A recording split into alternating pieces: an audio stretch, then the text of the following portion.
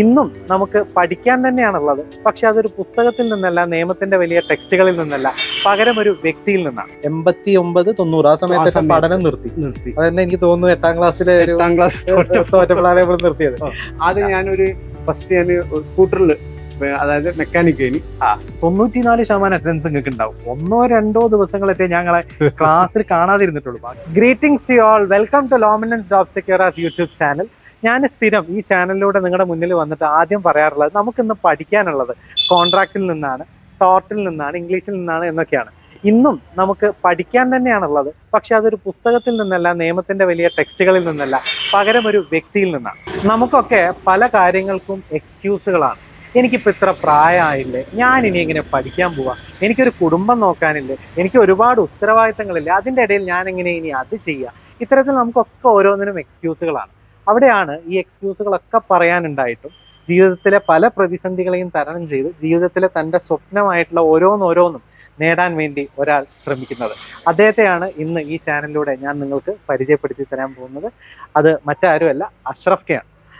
അഷ്റഫ് ഖ ലോമിനൻസ് ജോബ് സെക്യൂറിൽ 2024 ഞങ്ങളെ വീക്കെൻഡ് ബാച്ചിലെ വിദ്യാർത്ഥിയായിരുന്നു. അഷ്റഫ് ഖ ഇപ്പൊ നല്ല റാങ്ക് വാങ്ങിയിട്ട് ഗവൺമെന്റ് ലോ കോളേജിൽ കോഴിക്കോട് ലോ കോളേജ് പഠിക്കുകയാണ്. അപ്പൊ അഷ്റഫ് ഖയുടെ പിന്നെ പർദ്ദ അതുപോലെയുള്ള അപ്പാരൽസും ഒക്കെ ഉണ്ടാക്കുന്ന ഒരു യൂണിറ്റിലാണ് ഞങ്ങൾ ഇവിടെ ഉള്ളത്. ഒരു സ്ഥിരമായി ജോലി ചെയ്തുകൊണ്ടിരുന്ന ആളാണ്. ഇപ്പൊ ജോലിയോടൊപ്പം പഠനത്തിനെയും മുന്നോട്ട് കൊണ്ടുപോവാണ്. അപ്പൊ ഞങ്ങൾക്ക് ഒരുപാട് ചോദ്യങ്ങൾ നിങ്ങളോട് ചോദിക്കാനുണ്ട്. പക്ഷെ അതിന്റെ മുന്നേ നമുക്ക് നമ്മളെ യൂണിറ്റും അതിന്റെ കാര്യങ്ങളൊക്കെ ഒന്ന് കണ്ടിട്ട് നോക്കാം.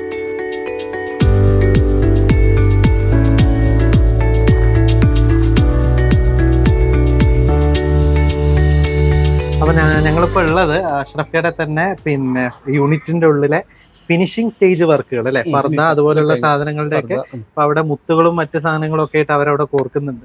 ഇവിടെ അയൺ ചെയ്യുക, അങ്ങനത്തെ കാര്യങ്ങൾ നടക്കുന്നുണ്ട്. അപ്പൊ അതിന്റെ ഫിനിഷിംഗ് സ്റ്റേജ് നടക്കുന്ന സ്ഥലത്താണ്. അപ്പൊ അഷ്റഫ് ഖ, ഞാൻ എന്റെ ചോദ്യങ്ങളിലേക്ക് കിടക്കാം. വലിയൊരു ആഗ്രഹത്തിലേക്കുള്ള ആദ്യത്തെ സ്റ്റെപ്പ് LLB എൻട്രൻസ് എക്സാമിനേഷൻ എന്ന സ്റ്റെപ്പ് വെച്ചിരിക്കുകയാണ്. എന്ത് തോന്നുകയാണ് ഇപ്പൊ? എന്താ തോന്നുന്നത്? സന്തോഷം തോന്നുന്നു. കാരണം ഒരിക്കലും അങ്ങനെ ഒരു നമുക്കൊരു പറ്റാത്ത കാര്യമാണല്ലോ. അത് ഒരു പ്രയത്നം കൊണ്ട് നേടിയെടുക്കുക. അപ്പൊ അതിന് ഒരുപാട് ഇപ്പൊ സന്തോഷമുണ്ട്. ഒരു എൻട്രൻസ് എക്സാം എന്ന് പറഞ്ഞാല് 10-13,000 ആൾക്കാർ പങ്കെടുക്കുന്ന, ടോട്ടൽ ആകെ ഒരു 420 സീറ്റുകളേ ഗവൺമെന്റ് കോളേജ് 3 ഇയറിന്. ഞാൻ മനസ്സിലാക്കി 13,000 ആളുകൾ പങ്കെടുക്കും. അപ്പൊ അതിൽ തന്നെ ആ 420 ഉള്ളിൽ വരണം എന്നുള്ളതാണ്. അപ്പൊ അത്രയും അത് ഒരു നേടിയെടുക്കുക എന്നുള്ളത് വലിയൊരു യജ്ഞം തന്നെയാണ്. പക്ഷെ അത് നേടി എത്തിക്കഴിഞ്ഞുള്ള ഒരു പൊസിഷനിലാണ് ഇപ്പൊ ഉള്ളത്. അത് വലിയ സന്തോഷം തന്നെയാണ്. നിങ്ങളെ സംബന്ധിച്ചിടത്തോളം ആണെങ്കിൽ ഇപ്പൊ അക്കാഡമിക് അച്ചീവ്മെന്റ്സ് നിങ്ങൾ ആദ്യത്തെ സ്റ്റെപ്പ് അല്ല LLB. അതിന് മുന്നേ, കാരണം ഞാൻ മനസ്സിലാക്കുന്നിടത്തോളം 89, 90 ആ സമയത്ത് പഠനം നിർത്തി. അതെന്നെ എനിക്ക് തോന്നുന്നു 8ാം ക്ലാസ്സിലെ തോറ്റപ്പോഴാണ് നിർത്തിയത്. അത് കഴിഞ്ഞ് പിന്നീട് LLB വരെയുള്ള യാത്രക്കിടയിൽ ഒരുപാട് കാര്യങ്ങൾ ഉണ്ടായിട്ടുണ്ട്. കാരണം സ്വാഭാവികമായിട്ട് ഒരു +2 ഡിഗ്രി അതൊക്കെ എങ്ങനെയായിരുന്നു? 10ഉം +2 അതൊക്കെ ഈ പിന്നെ ഏകദേശം 89ലാണ് ഞാൻ 8ാം ക്ലാസ് പഠിക്കുന്നത്. അപ്പൊ 8ാം ക്ലാസ് റിസൾട്ട് അറിയുന്ന ദിവസം ഞാൻ തോറ്റപ്പം സ്വാഭാവികമായിട്ട് പിന്നെ എനിക്ക് അവിടുന്ന് ഉച്ചയ്ക്ക് ശേഷം ഞാൻ പോന്നു. ഇനിയൊരു സ്റ്റെപ്പ് ഇല്ല എന്നുള്ള തോന്നലാണ് നമ്മൾ മടങ്ങുന്നത്. പിന്നീട് ഞാൻ 2014 ഈ സംസ്ഥാന ഗവൺമെന്റിന്റെ ഒരു സംഭവം സാക്ഷരതാ മിഷൻ, അതിൽ 10ാം ക്ലാസ്, അതായത് 7ാം ക്ലാസ്സിന് എലിജിബിൾ മതി. 7ാം ക്ലാസ് പാസ്സായ ആളുകൾക്ക് ഇത് എഴുതാൻ പറ്റും. നമ്മളെ ഇൻഷുറൻസ് ഒക്കെ ഇനിയിപ്പോ അടുത്ത 10ാം ക്ലാസ് നമുക്ക് എഴുതാൻ പോകണം. അപ്പൊ 7ാം ക്ലാസ് പാസ്സായപ്പോ നമുക്ക് 10ാം ക്ലാസ് എഴുതാനുള്ള എലിജിബിൾ. ഇങ്ങനെ 10ാം ക്ലാസ് ഞാൻ പാസ്സായി. 10ാം ക്ലാസ് പാസ്സായി. അപ്പൊ തന്നെ അതിന്റെ +1 +2 ഉണ്ട്. സെയിം 2 വർഷം തന്നെ ഗവൺമെന്റ് എല്ലാതും ഉള്ളത്. അപ്പൊ നിത്യം ക്ലാസ്സുകൾക്ക് പോകുന്ന സംവിധാനങ്ങളില്ല. ഞായറാഴ്ച മാത്രം. ആഴ്ചയിൽ ഒരു ഞായറാഴ്ച, പിന്നെ ഈ സെക്കൻഡ് സാറ്റർഡേ ഒക്കെ ഉണ്ടെങ്കിൽ അത്രയുള്ളൂ. അപ്പൊ നമുക്ക് ഇവിടെ മീൻചന്ത സ്കൂളിൽ. അപ്പൊ അത് പിന്നെ നമുക്കൊരു ബുദ്ധിമുട്ടല്ല പോയിട്ട് വരാം. പിന്നെ നമുക്ക് ഇങ്ങനെ സ്ഥാപനം നടത്തുന്നതിനെ കൊണ്ടുള്ള ഒരുപാട് ഇതുണ്ടല്ലോ, ഈ ആളുകളൊക്കെ മെച്ചു കൊണ്ടുപോകാന്നുള്ളത്. അപ്പൊ അതിന്റെ ഇടയിൽ കൂടെ അങ്ങനെ എന്താക്കി, അത് സൈഡിൽ അങ്ങനെ ജയിച്ചു. പിന്നീട് ഞാൻ കാലിക്കറ്റ് യൂണിവേഴ്സിറ്റിയിൽ ഡിസ്റ്റൻസ് ആയിട്ട് ഡിഗ്രി ചെയ്തു. ഇംഗ്ലീഷ് ലാംഗ്വേജ് ലിംഗ്വിസ്റ്റിക് എന്നുള്ള BA ഇംഗ്ലീഷ്. അതും ഇതേമാതിരി തന്നെ ഞാൻ എന്താന്ന് പറഞ്ഞാല് ഫസ്റ്റ് ഞാൻ ഒരു ഇത് ചേർന്നപ്പോ തന്നെ കൊറോണ വന്ന്, പിന്നെ അങ്ങനെ കുറെ ഇതൊക്കെ ആയിട്ട് ആ സമയത്താണ് കൊറോണ വരുന്നത്. പക്ഷെ പിന്നെ എന്തായി, എല്ലാതും ഞാൻ സപ്ലി ഇല്ലാതെ എല്ലാം എഴുതിയെടുത്ത് ഫസ്റ്റ് അറ്റംപ്റ്റ് തന്നെ അതൊരു വലിയ മെസ്സേജാണ് ഈ പ്രായത്തിൽ പഠിച്ചാൽ. കാരണം നമ്മളൊക്കെ പഠിക്കുന്ന സമയത്ത് തന്നെ കൂടെ പഠിച്ചവര് സപ്ലി അടിച്ചിട്ടാണ് പാസ്സാവാറുള്ളത്. അപ്പൊ ഈ തിരക്കുകൾക്കിടയിൽ നിന്നും സപ്ലി അടിക്കാതെയാണ് ഡിഗ്രിയും ക്ലിയർ ചെയ്തിട്ടുള്ളത്. ചില്ലറ മുതലല്ല അങ്ങനെ. അത് കഴിഞ്ഞിട്ട് പിന്നെ ഡിഗ്രി കിട്ടി. അപ്പൊ അങ്ങനെയാണ് പിന്നെ LLBക്ക് പോവാന്നുള്ളത് താല്പര്യം വന്നത്. അങ്ങനെ LLBക്ക് പോവാൻ ഞാൻ വിചാരിച്ചു മറ്റുള്ള നമ്മൾ ഈ +2 കഴിഞ്ഞ് BAക്ക് ചേരുന്ന മാതിരി ചേരാന്നുള്ളത്. അപ്പൊ നോക്കുമ്പോ അതല്ല, അതിനൊരു പ്രൊസീജിയർ ഉണ്ട്, ഇങ്ങനെ എൻട്രൻസ് ചെയ്തത്. അങ്ങനെയാണ് ഞാൻ ലോ അവിടെ വരുന്നത്. അങ്ങനെ അവിടെ വന്നപ്പോ എനിക്ക് ഒരുപാട് എന്താണ് നമുക്കൊരു എന്താ പറയാ ഒരു ക്യൂരിയോസിറ്റി, ഒരു എന്താണെന്നുള്ള ഒരു ഇതില്ലല്ലോ. അപ്പൊ അത് ഒരു ആകാംക്ഷ. അങ്ങനെ വന്ന അവരോട് സംസാരിച്ചു. അതൊന്നും വിഷയമല്ല, നിങ്ങൾ ഞായറാഴ്ച തന്നെ വന്നാൽ മതി, വീക്കെൻഡ് ബാച്ചിൽ വന്നാൽ. ശരിക്ക് പിന്നെ 10ാം ക്ലാസ്സിൽ നിന്ന് ഒരു ടേണിംഗ് പോയിന്റ് ആണ്. അതോടൊപ്പം പിന്നെ വരുന്ന ഒരു ടേണിംഗ് പോയിന്റ് എന്ന് പറഞ്ഞാൽ നമ്മൾ ജോബ് സെക്യൂറിൽ വന്ന് പഠിക്കുമ്പോഴാണ്. ഇത് 10ാം ക്ലാസ് ആവട്ടെ, അല്ലെങ്കിൽ +2 ആവട്ടെ, ഇനി ഈവൻ ഡിഗ്രി, അതൊക്കെ തന്നെ ഞാൻ സ്വയം പഠിച്ചുണ്ടാക്കാണ്. എല്ലാ വിഷയങ്ങളും ഞാൻ സ്വയം പുസ്തകങ്ങളൊക്കെ വെച്ച്. പക്ഷെ പിന്നെ ഞാൻ കോച്ചിങ്ങിന് വന്നപ്പോൾ അത് ടോട്ടലായിട്ട് എനിക്ക് എന്താ ഒരു മാറ്റം വന്നു. ശരിക്കും അവിടെ ഞാൻ പഠിപ്പിക്കപ്പെടാനുണ്ടായിരുന്നു എല്ലാ ഓരോ വിഷയങ്ങളും. അപ്പൊ എനിക്കത് അത്ര ഒന്നും അറിവില്ല. ശരിക്കും അത് ഞാൻ ആദ്യം പറഞ്ഞിട്ടുണ്ട്, എനിക്കൊന്നും അറിയില്ല എന്ന് പറഞ്ഞു. അപ്പൊ അതൊന്നും പ്രശ്നമില്ല. അങ്ങനെ ഞാൻ അവിടെ ശരിക്കും പഠിക്കുകയല്ല ചെയ്തത്. ആ ഒരു വർഷം ശരിക്കും ഞാൻ പഠിപ്പിക്കപ്പെടുക ചെയ്തത്. അതിന്റെ ഒരു ഇതിലാണ് എനിക്ക് എൻട്രൻസ് അറ്റൻഡ് ചെയ്യാൻ വേണ്ടി, എൻട്രൻസിൽ ഒരു നല്ല മാർക്ക് വാങ്ങാനും കോഴിക്കോട് ലോ കോളേജിൽ കിട്ടാനും. ഇന്നും ഈവൻ ടുഡേ ഇന്ന് പോലും എനിക്ക് എന്താ പറഞ്ഞാൽ ഇന്നിപ്പോ നമ്മൾ പഠിപ്പിക്കുന്ന പല വിഷയങ്ങളുണ്ട്.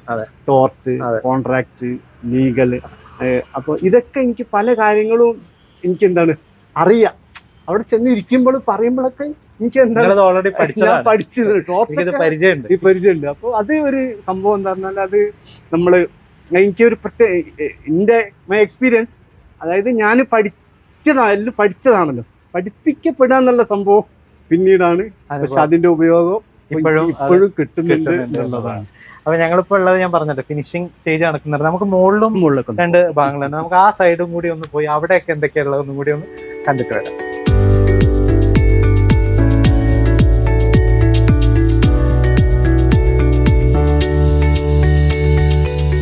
അപ്പൊ നമ്മളിപ്പോ ഉള്ളത് അഷ്റഫ് ഖാന്റെ തന്നെ യൂണിറ്റിലെ 2nd ഫ്ലോറിലാണ്. ഇവിടെ ഒരുപാട് അതിഥി തൊഴിലാളികൾ, കൂടുതൽ അതിഥി തൊഴിലാളികളാണ് തോന്നുന്നു. സ്റ്റിച്ചിങ്ങിന്റെ അപ്പൊ ഇവിടുന്ന് സ്റ്റിച്ച് ചെയ്ത സാധനങ്ങളാണ് താഴോട്ട് പോയിട്ട് ഫിനിഷിംഗ് ഫേസിൽ വരുന്നത്. കോർഡിനേറ്റ് ചെയ്യുന്ന ഒരാൾ മാത്രം ഒരു സ്ത്രീ ഉണ്ട്. അവര് പക്ഷെ ക്യാമറയ്ക്ക് മുന്നിൽ വരില്ല, ഒളിച്ചിരിക്കുകയാണ് ക്യാമറയുടെ ഇതില്. അഷ്റഫ് ഖാന്റെ ശരിക്കും ഫസ്റ്റത്തെ സംരംഭം ഇതാണോ? സംരംഭം ഇതല്ല. അത് ഞാനൊരു ഫസ്റ്റ് ഞാൻ സ്കൂട്ടറിൽ, അതായത് മെക്കാനിക്കേനി. പിന്നെ ഞാൻ മെക്കാനിക് ആയിട്ടുള്ള ഒരാളിൽ നിന്ന് ഇതിലേക്ക് വരുന്ന ഒരു ഭയങ്കര മാറ്റമാണല്ലോ. രണ്ടും ഒരു ബന്ധമില്ലാത്ത ഏരിയ. പൊതുവെ മെക്കാനിക്കുമാർ കട തുടങ്ങലാണ്, വണ്ടി വിൽക്കുന്ന കടകൾ, അങ്ങനെയൊക്കെയാണല്ലോ അതിന്റെ രീതി. പിന്നെ ഇത് പണി എടുത്തുകൊണ്ട് നിൽക്കുമ്പോൾ ഞാൻ ഗൾഫിൽ പോയി, ഒമാനിൽ സലാല എന്ന സ്ഥലത്ത്.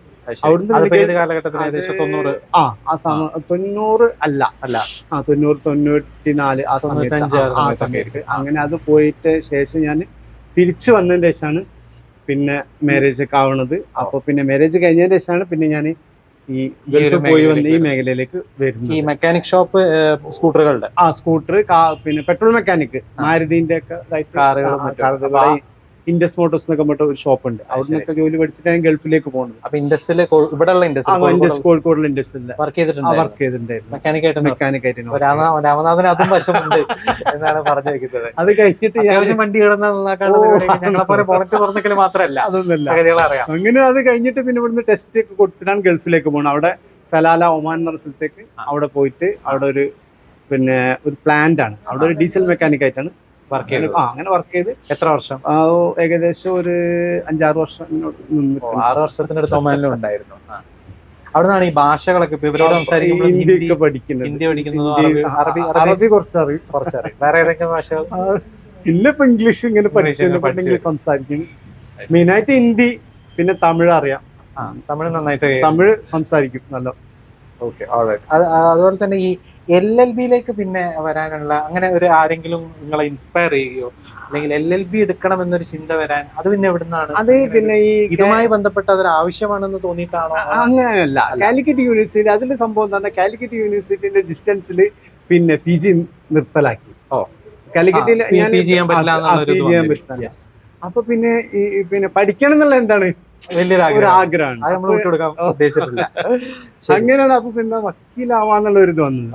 അപ്പോ എന്റെ ഒരു അളിയന്റെ മോനുണ്ട്. അപ്പോ അവൻ പറഞ്ഞു അങ്ങനെ നിങ്ങള് വക്കീലാവാൻ പറ്റൂല. അപ്പൊ LLBക്ക് ചേരാൻ പറ്റൂ, LLBക്ക് അങ്ങനെ ചേരാൻ പറ്റില്ല. അതൊരു എൻട്രൻസ് ഉണ്ട്. ആ എൻട്രൻസ് എഴുതിയിട്ട് അതില് പാസ്സായാലേ നിങ്ങൾക്ക് പറ്റുള്ളൂ. അതിൽ തന്നെ ആദ്യമേ ക്ലീ എന്നുള്ള രീതിയിലാണ് അങ്ങനെയൊന്നുമില്ല. നമ്മള് ഇവിടെ വന്നതിന് ശേഷമാണ് ജോബ് സെക്യൂറിൽ വന്നിട്ടാണ്. അപ്പൊ ഞാൻ എന്നെ സംബന്ധിച്ചിടത്തോളം എനിക്ക് ഏതെങ്കിലും സ്ഥലത്ത് കിട്ടിയിട്ട് കാര്യമില്ല. കാരണം കട ഇവിടെ കോഴിക്കോട് ലോ കോളേജിൽ എല്ലാം കിട്ടണം. അപ്പൊ ഞാൻ ഏകദേശം അവിടെ പോയപ്പോ തന്നെ ഇവിടുത്തെ ലോ കോളേജിൽ പിന്നെ അന്വേഷിച്ചൊക്കെ ചെയ്തപ്പോ പിന്നെ അങ്ങനെ പറഞ്ഞപ്പോ രാവിലെ മുതൽ ഉച്ചവരെ ക്ലാസ് ഉള്ളൂ എന്നൊക്കെ പറയുമ്പോ എനിക്ക് സമാധാനമായി. കാരണം ബിസിനസ്സും പോകുള്ളൂ. പക്ഷെ അത് കിട്ടണം ലോ കോളേജിൽ. അപ്പൊ ലോ കോളേജിൽ കിട്ടാന്ന് പറഞ്ഞാല് അപ്പൊ അതിന് ശരിക്ക് ഞാൻ എന്തായി അവിടുന്ന് പഠിപ്പിക്കപ്പെട്ട്. പിന്നെ അങ്ങനെ ഒരു അളിയന്റെ മോനാണ് LLBയിലേക്ക് ഇങ്ങനെ ഇത് പറഞ്ഞത്. LLBയിലേക്ക് ഇങ്ങനെ എൻട്രൻസ് ഉണ്ട്. നമ്മൾ ആ മേഖലയായിട്ട് ബന്ധമില്ല. അപ്പൊ നമ്മള് സ്വാഭാവികമായിട്ട് ഇങ്ങനെ അവൻ പറഞ്ഞിങ്ങനെ അപ്പൊ കോച്ചിങ്. അപ്പം ഞാനും പിന്നെ എന്റെ കൂടെയുള്ള ഒരാളുണ്ട്, നമ്മളെ മാനേജർ. അങ്ങനെ ഞങ്ങൾ രണ്ടാളും കൂടിയാണ് പോയത്. ഇത് പോകുമ്പോ എന്താണ് സുബേർക്ക നമുക്ക് ഡീറ്റെയിൽ ആയിട്ട് പരിചയപ്പെടണം. അഷ്റഫിന്റെ കാര്യമാണ് സുബേർക്ക. ഞങ്ങളുടെ അടുത്ത് കൊണ്ടുവന്ന് ചേർക്കുന്നത് സുബേർക്കയാണ്. ഇപ്പൊ എനിക്ക് തോന്നുന്നു ലോക്കോളയിലും സുബേർക്കയാണ്. ഫാദറില്ല. അതെ. അതെ, പിന്നെ എനിക്ക് തോന്നുന്നു അഷ്റഫ മാത്രമല്ല, ക്ലാസ്സിലും തന്നെ ഈ വർഷമൊക്കെ ഒരുപാട് കുട്ടികളല്ലേ, കുറെ ആളുകളുണ്ട് സീനിയർ ആയിട്ട്. അതും പിന്നെ അധികം ആളുകൾ റിട്ടയർമെന്റ് ഒക്കെ ആയിട്ടുള്ള ആളുകളും നമ്മൾ ഈവൻ PhD ആളുകൾ പോലും ഉണ്ട്. അതെ. അപ്പൊ നമ്മള് പിന്നെ LLBയിലേക്ക് വരാൻ അപ്പൊ എനിക്ക് തോന്നുന്നു അലിയന്റെ മകനാണ് അങ്ങനെ പറഞ്ഞെന്ന്. പിന്നെ അവന് ഞാൻ അവിടെ വന്ന് ചോദിച്ചപ്പോ, ഞാൻ ജോബ് സെക്യൂറിൽ ഫസ്റ്റ് വന്ന് ചോദിക്കുമ്പോ നിങ്ങളിത് എങ്ങനെ അറിഞ്ഞു? അപ്പൊ ഞാൻ പറഞ്ഞു ഇങ്ങനെ അലിയന്റെ മോൻ പറഞ്ഞതാണ്. ഇങ്ങനെ അപ്പോ അവനും ഒരു ഫ്രണ്ട്ഷിപ്പ് സർക്കിൾ ഉണ്ടാവും. അത് ചോദിച്ചിട്ടാണ് മനസ്സിലാക്കിയത്. അപ്പൊ പറഞ്ഞിങ്ങനെ നല്ല ഗൈഡ് ഇത് കിട്ടും, കോച്ചിങ് കിട്ടും. അവിടെ വന്നാക്കിയ പിന്നെ നമുക്ക് മനസ്സിലായി ഇത് നമ്മൾ പ്രയത്നിച്ചാല് കിട്ടാൻ പറ്റുന്ന സാധനമാണെന്നുള്ളത്. അപ്പൊ നമുക്ക് അഷ്റഫിന്റെ 3rd ഫ്ലോറിൽ എന്തൊക്കെ പണിയാണ് നടക്കുന്നതെന്നും കൂടി നോക്കിയിട്ട് നമുക്ക് 1-2 ആളുകളെ കൂടി പരിചയപ്പെടണം. എന്തായിട്ടുണ്ട് നോക്കാം. അപ്പൊ ഇതിപ്പോ 3rd ഫ്ലോർ ആണ്. ഇവിടെ എന്താണ് കട്ടിങ്ങിന്റെ സെക്ഷൻ. ഓക്കെ. അപ്പൊ ഇതും പർദ്ദ തന്നെയാണ് എനിക്ക് തോന്നുന്നത്. ഇവിടെയാണ് നമ്മൾ അന്ന് പിന്നെ നമ്മളെ ഈ കുട്ടികള് ഇവിടെ പോകുമ്പോ മദ്രസ പോകുമ്പോൾ പർദ്ദ അതിനോട് കുറെ സാധനങ്ങളുണ്ട്. അതിനോടുള്ള കുറെ ഈ ഒരു കെട്ടുന്ന തൊപ്പി, അതുപോലെ തന്നെ സലഫി എന്ന് പറഞ്ഞ സാധനം, പിന്നെ ഷോള്, അതിന്റെ മുകളിൽ വർക്ക് ചെയ്യുക, അങ്ങനത്തെ ഒക്കെ ആയിട്ടുള്ള ഇത് മെയിനായിട്ട് കട്ടിങ് സെക്ഷൻ ആണ്. ഇതിപ്പോ ഫസ്റ്റ് കട്ട് ചെയ്യും, പിന്നെ തൊട്ട താഴെ സ്റ്റിച്ചിങ്, അതിന്റെ താഴെ ഫിനിഷിങ്. ഇങ്ങനെയാണ് ഇത്. ഇവിടെ ഇത് ഫസ്റ്റ് ഫ്ലോർ ആണ്. ഇവിടെ കട്ടിങ്, തൊട്ട താഴെ സ്റ്റിച്ചിങ്, അതിന്റെ താഴെ ഫിനിഷിങ്. അങ്ങനെയാണ്. നമ്മളിപ്പോ LLBയിലേക്ക് തിരിച്ചു വരുമ്പോ പിന്നെ ഇതിപ്പോ ശരിക്കും ഞാനൊക്കെ പഠിച്ചതാണല്ലോ, ഇത് പഠിക്കാൻ കുറെ സമയം എടുക്കുമല്ലോ. അതായത് നമുക്കിപ്പം പിന്നെ ഓരോ വിഷയങ്ങളെ തിരിച്ചു പഠിക്കണം, ഓരോന്നിനും ഇത്ര സമയം മാറ്റി വെക്കണം, അതിൻ്റെ ഇടയ്ക്ക് വർക്ക് ബുക്ക് ചെയ്യണം. എനിക്ക് ഓർമ്മ ഉണ്ട്, നമുക്ക് 3 വർക്ക് ബുക്കുകൾ ഉണ്ടായിരുന്നു. അപ്പൊ നിങ്ങളെ സംബന്ധിച്ചിടത്തോളം പറയണേ, നിങ്ങളിപ്പോ എനിക്കറിയാം ഒരു 94% അറ്റൻഡൻസ് നിങ്ങൾക്ക് ഉണ്ടാവും. 1-2 ദിവസങ്ങളൊക്കെ ഞങ്ങളെ ക്ലാസ്സിൽ കാണാതിരുന്നിട്ടുള്ളൂ. ബാക്കി എല്ലാ ദിവസങ്ങളും നിങ്ങൾ കൃത്യമായിട്ട് ക്ലാസ്സിൽ വന്നിരുന്ന ആളാണ്.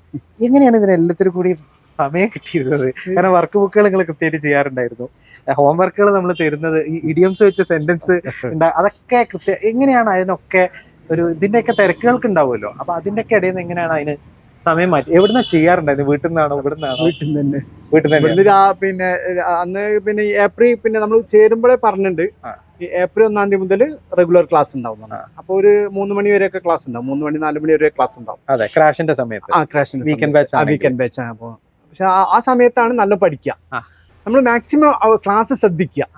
വർക്ക് ബുക്ക് ഒക്കെ നമ്മൾ പഠിക്കുക, അവിടുന്ന് പഠിക്കുന്നത് മെയിനായി നല്ലൊന്ന്. ഞാൻ ഫ്രണ്ടിലിരിക്കാം, അപ്പൊ ഫ്രണ്ടിലിരിക്കുക. ഒന്ന് കണ്ണിന്റെ പ്രശ്നം, മാക്സിമം നമ്മൾ അവിടെ ശ്രദ്ധിക്കുക, ബാക്കിയുള്ളതൊക്കെ ഒഴിവാക്കിയിട്ട് അവിടെ ശ്രദ്ധിക്കുക. പിന്നെ നമ്മള് ശരിക്കും എന്താ പറയാ, ഒരു ഇഷ്ടമാണല്ലോ. ഒരു ഇഷ്ടം, പിന്നെ ഒരു എൻജോയ്മെന്റ്, അങ്ങനെയൊക്കെ ആയിട്ട് പിന്നെ ഒരു ഇമ്പോർട്ടൻസ്. അപ്പൊ പിന്നെ ഉച്ചയ്ക്ക് ശേഷം ഞാൻ അവിടെ വരും, ഇവിടുത്തെ ബാക്കിയുള്ള കാര്യങ്ങളൊക്കെ കുറച്ചൊക്കെ. അപ്പൊ രാവിലെ അവിടെ സമയം ക്ലാസ് കേൾക്കാൻ മാറ്റി വെക്കുന്നു, ഉച്ചയ്ക്ക് ശേഷം ഇവിടുത്തെ കാര്യങ്ങൾ രാത്രി വീട്ടിൽ പോയിട്ട് ബാക്കിയുള്ള കാര്യങ്ങൾ പഠിച്ചിട്ട് 10-12 മണി വരെയൊക്കെ പഠിക്കും. അപ്പൊ പിന്നെ അങ്ങനെ 12 മണി വരെ പഠിക്കും. അപ്പൊ ഉറക്കമൊക്കെ വളരെ കുറവാണ്. ഒരു 4 മണിക്കൂർ 5 മണിക്കൂർ.